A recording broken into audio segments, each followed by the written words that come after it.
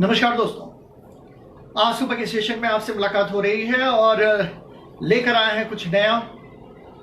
बात आज हम करेंगे दिल की। जी हाँ, आज बात हमारी दिल की होगी, यानी कि हार्ट से रिलेटेड बात, हार्ट केयर की बात। अगर हम अपने दिल की सुरक्षा करें, अगर हम अपने दिल को अगर स्वस्थ रखते हैं तो जाहिर सी बात है कि हम भी स्वस्थ रहेंगे। अगर दिल ही, कहते हैं ना कि दिल ही टूट गया तो फिर जी के क्या करेंगे, तो दिल को टूटने की इजाजत न दें। आप दिल को बिल्कुल मजबूत रखें और आज हम दिल की बात ही करेंगे। तो आज का विषय है हमारा हार्ट केयर। जी हाँ दोस्तों, हार्ट केयर पे आज हम बात करेंगे।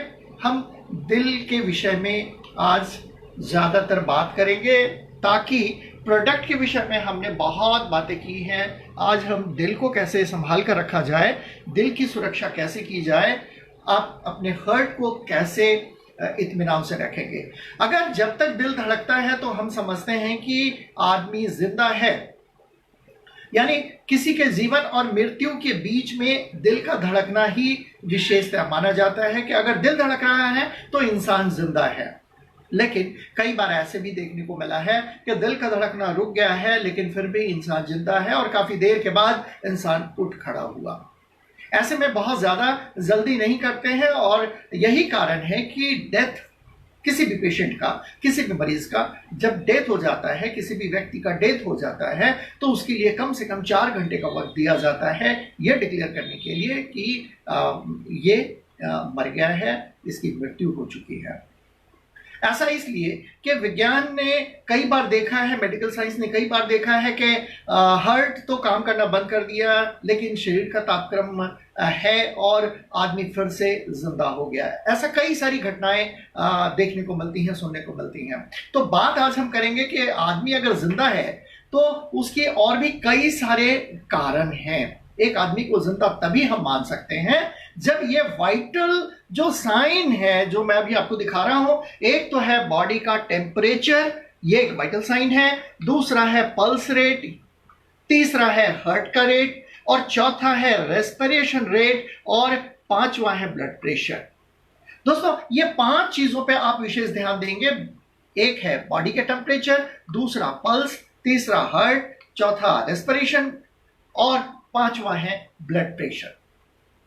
ये 5 जो वाइटल साइन है, इन पांचों विषय को जब ये तय कर लिया जाता है कि सभी अपने अपने जगह से प्रॉपर नहीं है तो हम व्यक्ति को मृत्यु घोषित करते हैं।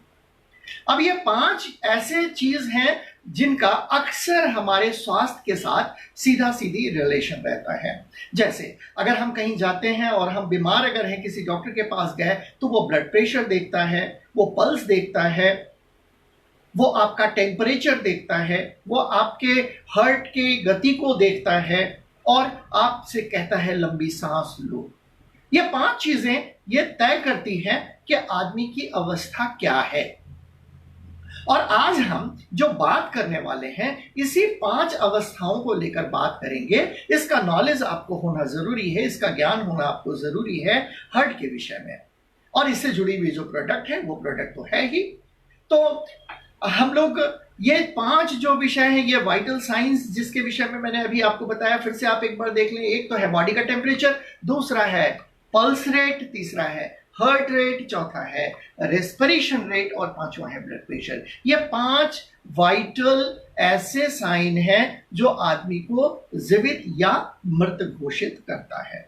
आइए बात हम शुरू करेंगे हार्ट की, क्योंकि हमने हार्ट की बात की थी। यह है ह्यूमन हार्ट।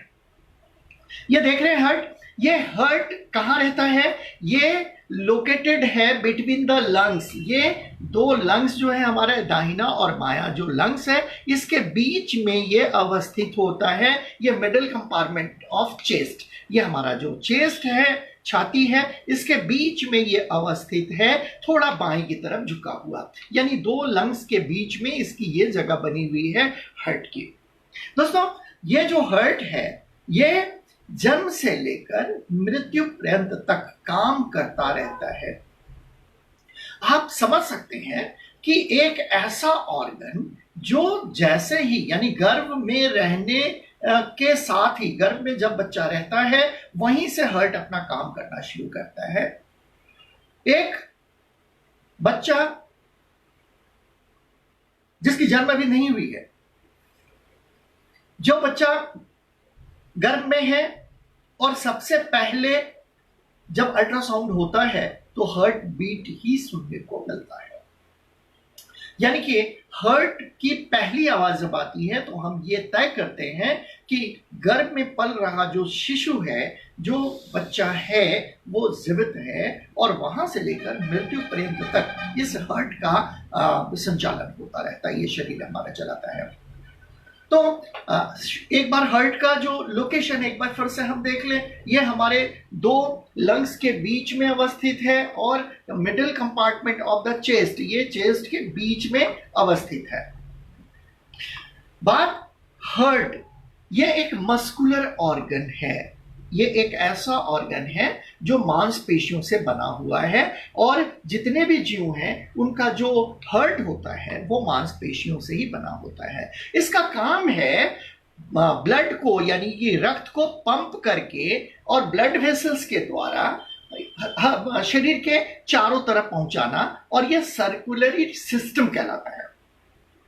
यह साथ ही साथ हमारे शरीर में ऑक्सीजन और न्यूट्रिशन को कैरी करता है और मेटाबॉलिक फंक्शन को भी मेंटेन करने में यह अपनी मदद करता है।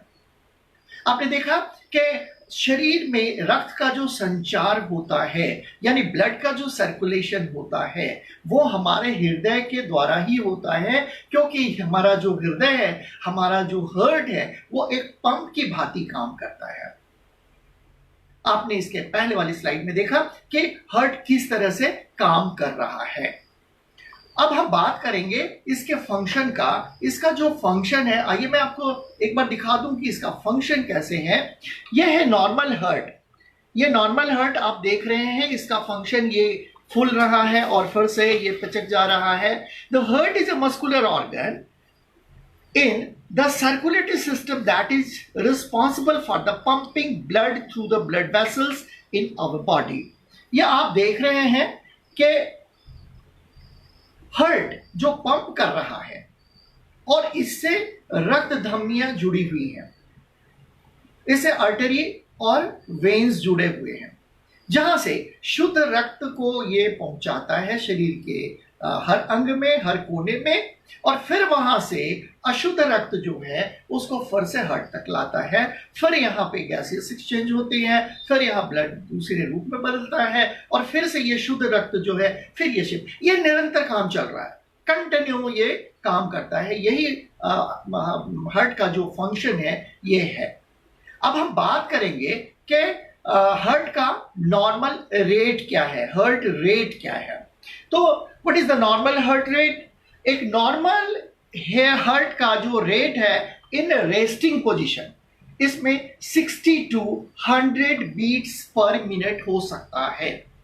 ये आप देख रहे हैं, आपको ये दो फिगर दिखाए जा रहे हैं। पहला है ये नॉर्मल हार्ट, इसकी गति आप देखिए क्या है, और दूसरा है एब नॉर्मल हार्ट, इसकी गति आप देखिए, ये थोड़ी सी तेज चल रही है जबकि ये सामान्य गति पर है।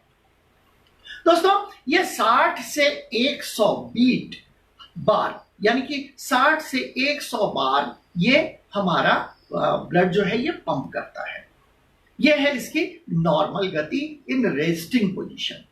लेकिन कई बार हार्ट रेट बढ़ता और घटता भी है, तो इसको हम देखेंगे। लेकिन एक इसमें और बात जुड़ जा रही है, वो ये है कि डिफरेंस बिटवीन, हमने पल्स की बात की थी, हमने हार्ट की बात की, हार्ट का रेट आपने देख लिया पहले। तो हार्ट का रेट क्या है? 60 to 100, 60 से लेके 100 के बीच में यह हार्ट हमारा पंप करता है, और जितनी बार यह हार्ट हमारा पंप करता है यही इसका हार्ट रेट कहलाता है।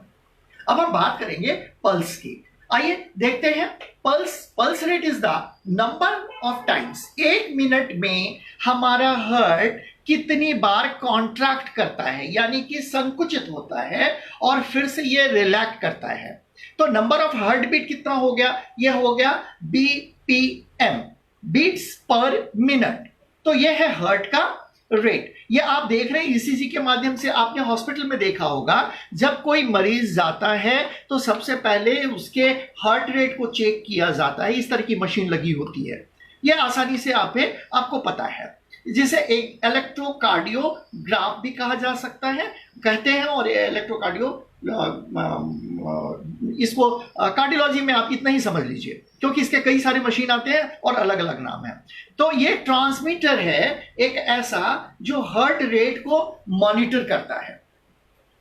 यानी कि आपने जो दाहिनी तरफ का जो आपने एक मशीन देखा, जो मशीन आप अक्सर देखते हैं हॉस्पिटल में, अक्सर आईसीयू में या सीसीयू में या एसडीयू में, जब पेशेंट एडमिट रहता है उस समय एक मशीन के द्वारा उसकी जांच की जाती है और सारे दिन का उसका रिकॉर्ड रखा जाता है कि हार्ट किस हिसाब से काम कर रहा है, हार्ट की गति कब बढ़ी, हार्ट की गति कब कम हो गई, कब स्टेबल रहा। ये तमाम चीजें उस मशीन के द्वारा पता चलता है।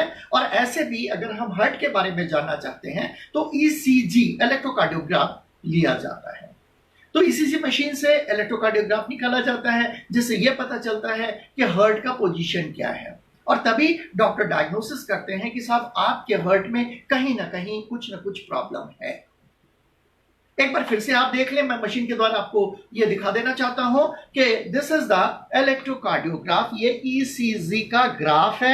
ये ग्राफ आपने देखा होगा बहुत ही इजी वे में। और ये दूसरा है, ये मॉनिटर करने की जो मशीन होती है, इलेक्ट्रोकार्डियोग्राफ मशीन है। ये ट्रांसमीटर है, एक ऐसा ट्रांसमीटर जो मॉनिटरिंग करता है। यह मॉनिटरिंग करता है लंबे समय तक, जब तक पेशेंट रहता है, एडमिट रहता है, जब तक जरूरत होती है डॉक्टर को। जब तक पेशेंट स्टेबल नहीं हो जाता है तब तक इस मशीन के द्वारा उसकी गाइडलाइन ली जाती है। वहीं से पता चलता है कि पेशेंट की स्थिति स्थिर है या खराब हो रही है या ठीक हो रही है। तो आपने देखा कि हार्ट रेट। अब हम पल्स रेट की बात अगर हम करें तो ये तो हार्ट कॉन्ट्रैक्शन करता है। अब हम बात करते हैं यहां पे कि हार्ट रेट घट भी सकता है और बढ़ भी सकता है। स्टेबल पोजीशन में हमने बताया कि 60 to 100 है। अब ये घटना और बढ़ना कंडीशन पे डिपेंड करता है। और इसके कंडीशन क्या हो सकते हैं? एक तो एयर टेम्परेचर हो सकता है, बॉडी का पोजीशन हो सकता है। अब ये आप देख रहे हैं एक दौड़ता हुआ मनुष्य जो है, एक दौड़ता हुआ व्यक्ति अगर आता है या जाता है या दौड़ रहा होता है, उस वक्त उसके हृदय की गति काफी तेज होती है, यानी हार्ट बीट बहुत ज्यादा होता है। जब कोई इमोशन में, अगर कोई इमोशनल बात अगर हो, किसी के मृत्यु की खबर आ गई, खुशी की बात हो गई, तो उस वक्त भी आपका हार्ट कई बार बदल जाता है। बॉडी के साइज पे भी डिपेंड करता है। अगर कोई बहुत मोटा व्यक्ति है तो उसके हार्ट रेट कम होंगे कंपैरिजन एक दुबले पतले। दूसरा है मेडिकेशन यूज। जब कोई आदमी कोई दवा यूज करता है, मेडिकेशन, किसी तरह का ट्रीटमेंट चल रहा होता है, और वो उन दवाइयों में अगर कहीं कोई ऐसी दवा है जो आपको नींद ला रही हो, तो इस कंडीशन में भी आपके हार्ट का रेट कम और अधिक हो सकता है। यह कंडीशन है हार्ट बीट के कम और अधिक होने का। इसी के लिए इसमें एक जो पैरामीटर दिया गया कि हार्ट रेट 60 to 100 होनी चाहिए। अब आती है बात ब्लड प्रेशर की। आइए देखते हैं ब्लड प्रेशर क्या है। तो ब्लड प्रेशर अक्सर आपने देखा होगा इस तरह की एक मशीन के द्वारा यहां एक पैड बांधा जाता है और डॉक्टर स्टेथो के द्वारा एक रीडिंग लेते हैं। यहां एक स्केल लगा हुआ है, यह बताता है कि आपके शरीर में ब्लड प्रेशर की स्थिति क्या है। और ब्लड प्रेशर क्या है? ब्लड प्रेशर है कि किस फोर्स के द्वारा हार्ट जो है, किस फोर्स के द्वारा, कितनी ताकत के द्वारा आपके शरीर में रक्त को भेज रहा है, यानी ब्लड को भेज रहा है। तो ये जो वॉल पे जो आर्टरी के ऊपर जो दबाव पड़ता है, यही है pressure, that is the blood pressure. तो ये जो पल्स रेट है, नंबर ऑफ पल्स रेट, ये बताता है, यहीं से आपको पता चल जाएगा हार्ट बीट पर मिनट का कि हार्ट का क्या रेट है। हम बात करेंगे ब्लड प्रेशर की, तो देयर इज नो डायरेक्ट, अब यहां कोई ऐसा कोरिलेशन नहीं है between the two, high blood pressure and low blood pressure का। ये दोनों अपने अपने हिसाब से घटते और बढ़ते रहते हैं। तो यहां पर भी सवाल है कि ब्लड प्रेशर के साथ में पल्स रेट का भी घटना बढ़ना हो सकता है। ठीक है। तो अब ये सीरियस कंडीशन अगर होता है, किसी भी सीरियस कंडीशन, मान लीजिए कि एक पेशेंट अचेत अवस्था में है, अनकॉन्शियस है, बेहोश है, इस कंडीशन में उसकी हार्ट रेट अलग होगी, ब्लड प्रेशर अलग होगा, उसका पल्स अलग होगा, ये तमाम चीज, उसका टेम्परेचर अलग हो जाएगा। ये डिपेंड करता है उसकी अवस्था पर, यानी कि जिस अवस्था में वो मरीज है उस अवस्था में वो आपका अंतर दिखना शुरू हो जाता है। अब देखेंगे कि how to take your pulse. अब ये पल्स कैसे नापा जाता है? अब ये जो पल्स है, ये आप देख रहे हैं कि हार्ट के द्वारा ये रक्त आया, और ये रक्त का जो प्रवाह है, ये जो फोर्स हमने देखा था, ये प्रेशर कहलाया। अब ये जो प्रवाह है और कितनी बार ये पंप कर रहा है हमारा हार्ट, ये बताता है पल्स। यानी कि आपके पल्स का रेट ये बताता है कि आपके शरीर में आपका हृदय कितनी बार ब्लड की सप्लाई दिया। तो ये घट और बढ़ सकता है। इसमें भी मैंने बात कही कि यह घटना और बढ़ना, इसका दोनों काम है, कंडीशन पे डिपेंड करता है। ये अपने साथ ऑक्सीजन लेके चलता है, ये अपने सारे न्यूट्रिएंट्स पार्ट लेके चलता है। तो रक्त अपने आप, यानी कि ब्लड का बहुत बड़ा रोल है, और हार्ट को बहुत बड़ा काम करना पड़ता है आपके शरीर तक वहां पहुंचाने में। इसलिए हार्ट यानी कि हृदय की सुरक्षा बहुत जरूरी है कि आप अपने हृदय की सुरक्षा रखें। तो अभी हम लोगों ने बात की पल्स की। आइए, पल्स क्या है हमने बात वहां समझ ली, और पल्स को नापा कैसे जाता है ये देख रहे हैं आप। अक्सर यहाँ पे उंगली रख करके उंगलियों को रखा जाता है और यहां से काउंट की जाती है कि कितनी बार वो धड़का। यहां पे जो नॉर्मल हार्ट रेट या नॉर्मल पल्स ये होता है बच्चों में 6 से 15 साल का जब बच्चा रहता है, यानी कि age group 6 to 15, 70 to 100 beats per minute हो सकता है। एडल्ट 18 से ऊंचे में 60 से 100 बीट पर मिनट हो सकता है। यानी कि जो हार्ट बीट है वही आपका पल्स रेट होगा। मैं समझता हूं ये आपको बहुत आसानी से समझ में आ गया होगा, ये 3 चीजें है ना। तो बॉडी का टेम्परेचर ये भी आपको अच्छी तरह से मालूम है। अब हम रेस्पिरेशन रेट की बात करेंगे। हम जो सांस लेते हैं इसका संबंध भी हमारे हार्ट के साथ है ना, क्योंकि जब हम सांस लेंगे तो लंग्स का फूलना और सिकुड़ना होता है, फिर वहीं से ब्लड की सप्लाई भी चालू होती है। आइए एक बार इसको भी देख के हम समझने की कोशिश करते हैं कि रेस्पिरेशन रेट क्या होता है। रेस्पिरेशन रेट, ये जो सांस आप देख रहे हैं, सांस लिया गया, ये छोड़ रहा है, ये सांस लेने की गति हुई, ये लंग्स फूला, और ये फूलने के बाद में यहां से ये निकल गया। तो ये है रेस्पिरेशन, और रेस्पिरेशन को नापने के लिए एक मॉनिटर लगा होता है, इसे नापते हैं। एक मशीन और होती है, इसके द्वारा हम रेस्पिरेशन रेट को नापते हैं। तो रेस्पिरेशन रेट क्या होता है? 1 साल से अगर कम है उम्र तो 30 से 40 रेस्पिरेशन रेट होनी चाहिए, यानी कि 1 मिनट में आप 30 से 40 बार वो सांस लेगा और छोड़ेगा। 1 से 2 साल में 25 से 35, 2 से 5 साल में 25 से 30, 5 से 12 साल में 20 से 25, और 12 साल से ऊपर 12 से 20 बार, यानी 12 to 20 टाइम्स ये हमारा ब्रीथिंग यानी कि सांस लेने की जो रेट है 1 मिनट में, ये पता चलता है ना। बड़ा इंटरेस्टिंग। आज का विषय ही थोड़ा सा इंटरेस्टिंग है, और मैं समझता हूं अगर आप इसे बार बार अगर सुनेंगे, आज की जो सेशन है, आज के सेशन को आप बार बार सुने तो आपको बहुत अच्छा लगेगा, और आपको पता भी चल जाएगा कि हार्ट से जुड़ी हुई ये सभी बातें जाननी जरूरी है हर व्यक्ति को। अगर अचानक आपके घर में कोई गिर गया है, बेहोश हो गया है, तो ऐसे कंडीशन में आप पल्स के द्वारा देख सकते हैं, आप ब्लड प्रेशर उसका दे सकते हैं, टेम्परेचर दे सकते हैं, उसका रेस्पिरेशन रेट देख सकते हैं, हार्ट बीट देख सकते हैं, और देख के यह अंदाजा लगा सकते हैं, डॉक्टर से आप कंसल्ट कर सकते हैं कि ये कंडीशन है, क्या ऐड देना है। तो आप फर्स्ट एड के रूप में अगर आपको जानकारी अगर इतनी है तो आप बेहतर ढंग से अपने मरीज को देख सकते हैं। अब बात है कि रेस्पिरेशन रेट जो है वो भी घटता और बढ़ता है।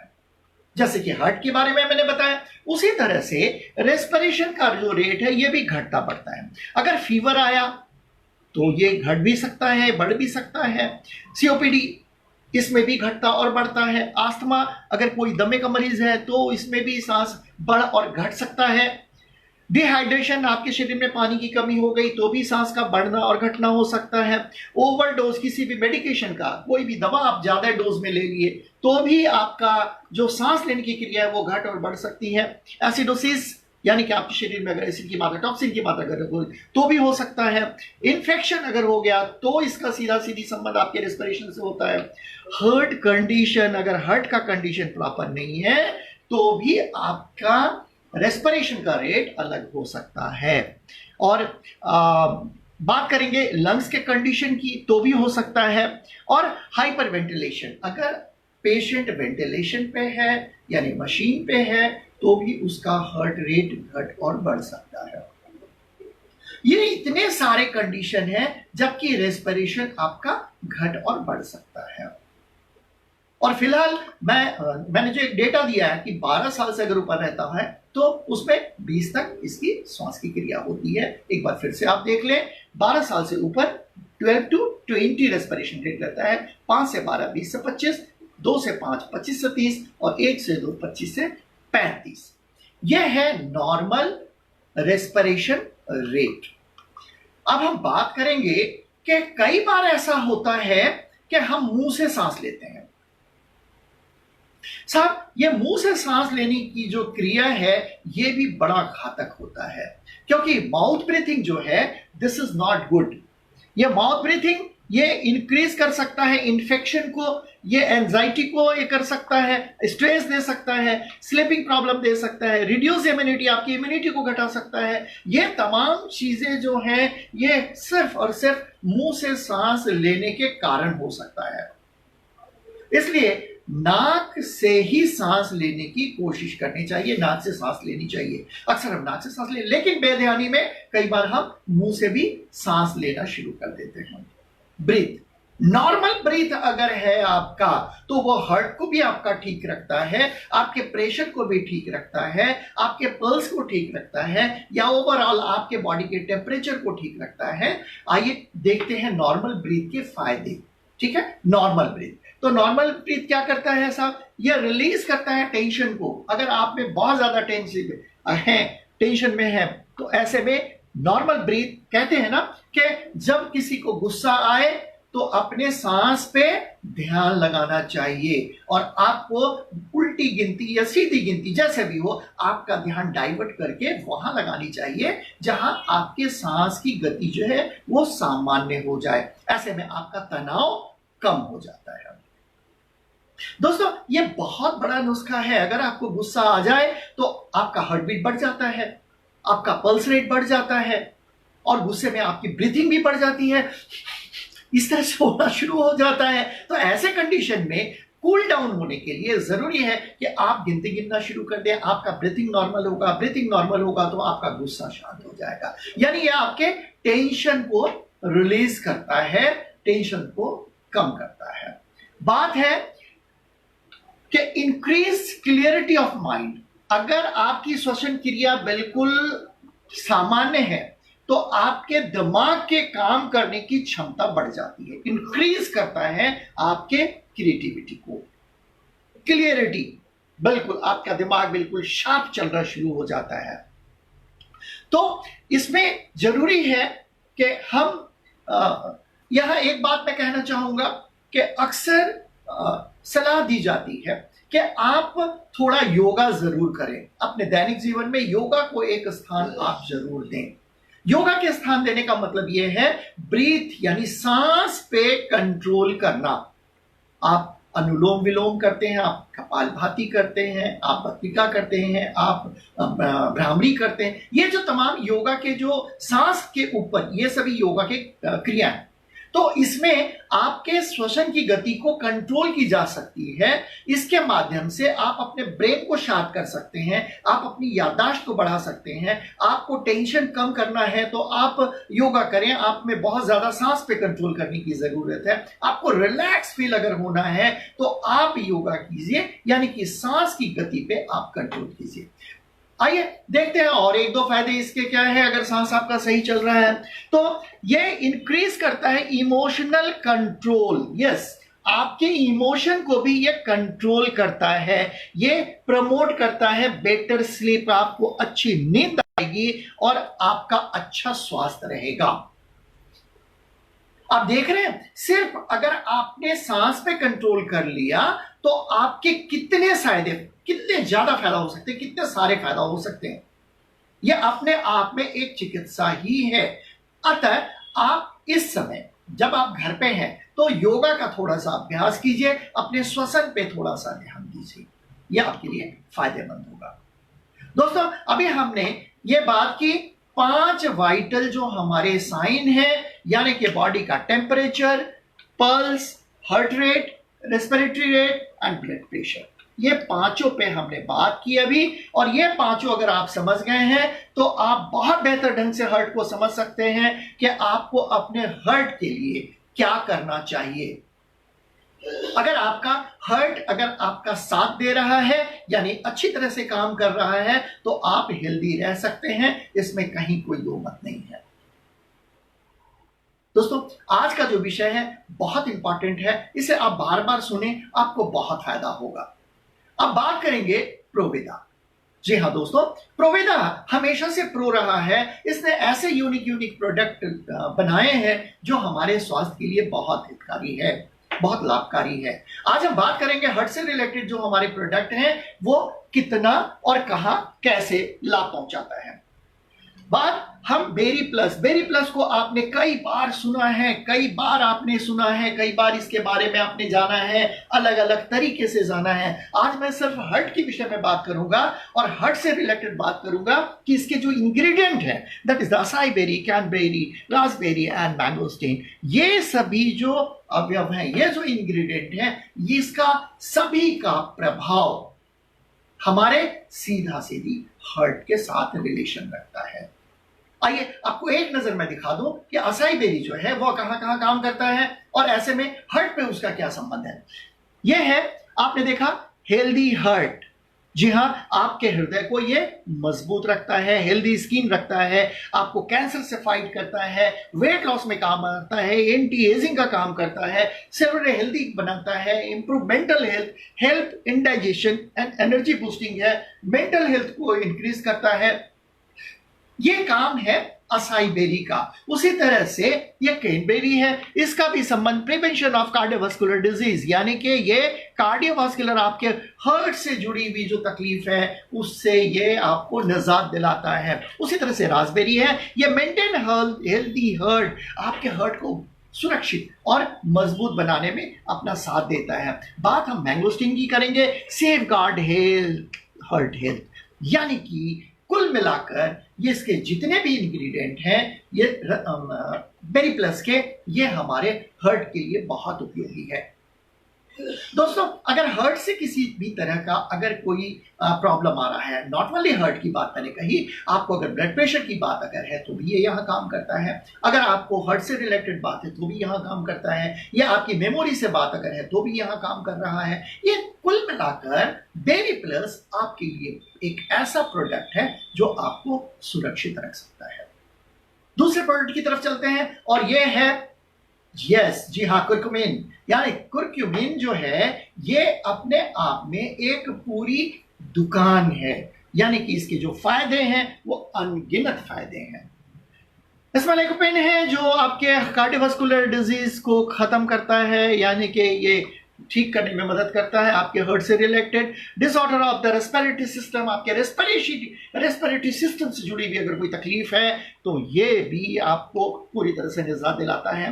सांस लेने में तकलीफ हो रही हो तो आप कुरक्यूमिन को आप याद करें, लंग के डिजीज में भी आप कुरक्यूमिन का बेहतर फायदा ले सकते हैं। रेस्पिरेटरी डिजीज, कॉमन सिटीज में जो रेस्पिरेशन का जो सबसे बड़ा प्रॉब्लम है, सांस लेने में कठिनाई, दमे की शिकायत, आस्थमा और कई तरह के सांस से जुड़ा हुआ जो तकलीफें हैं, ऐसे में कुरक्यूमिन बहुत फायदा करता है। कुरक्यूमिन का एक और फायदा है कि इसे आप अपने ढंग से भी इस्तेमाल कर सकते हैं। कहने का मतलब है, आप दूध के साथ अगर आप कुरक्यूमिन लेते हैं, रॉ कुरक्यूमिन यानी हल्दी, तो ये आपको फायदा पहुंचाता है।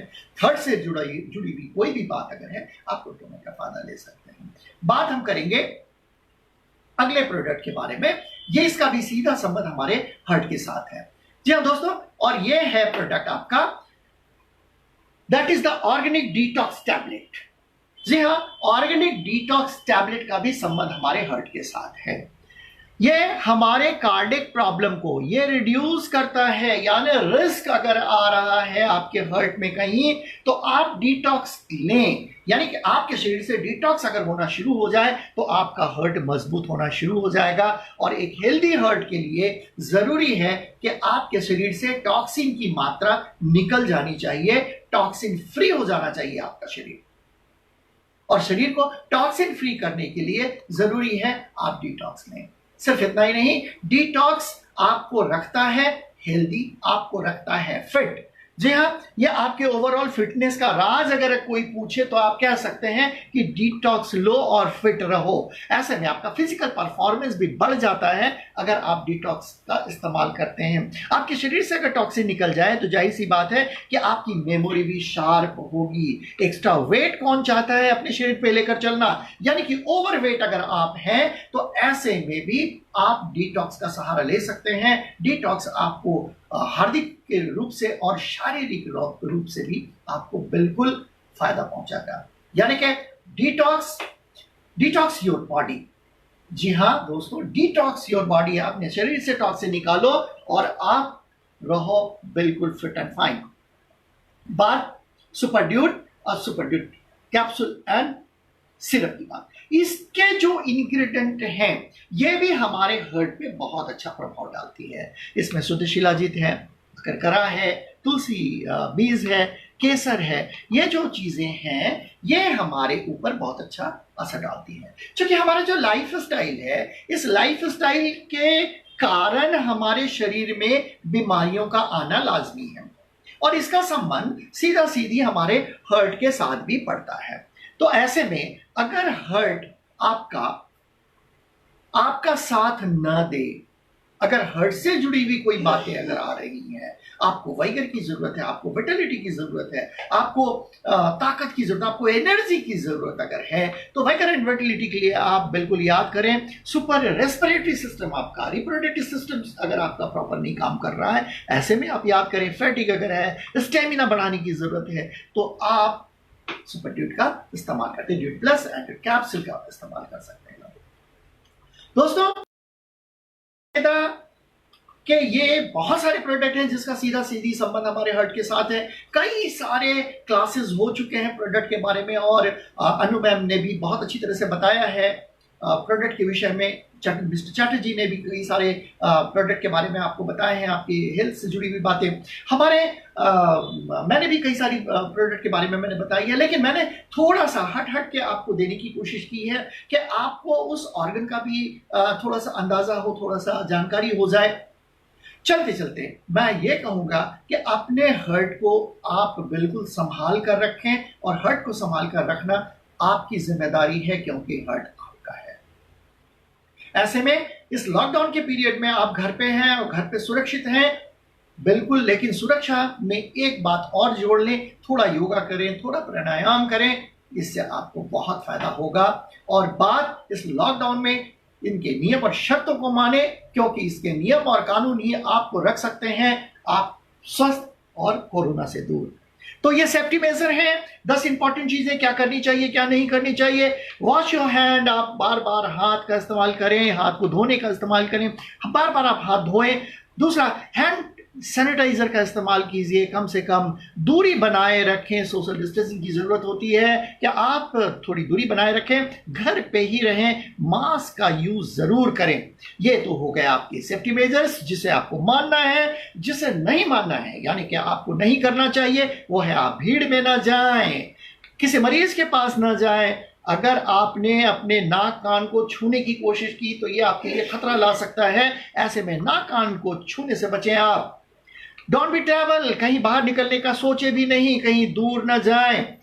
जरूरत के हिसाब से निकलें और तुरंत घर आ जाएं। और अपने नाक के यानी मास्क के जो टॉप नाक का मास्क का जो ऊपर फ्रंटल जो एरिया होता है उसे कभी ना छुएं, क्योंकि ये काफी डेंजरस होता है।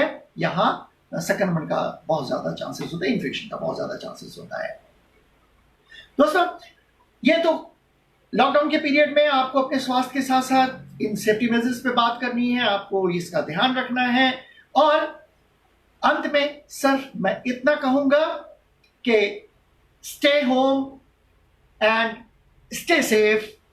साथ ही साथ थैंक यू वेरी मच। अपने दिल को संभाल कर रखिए, खुश रहिए। नमस्कार।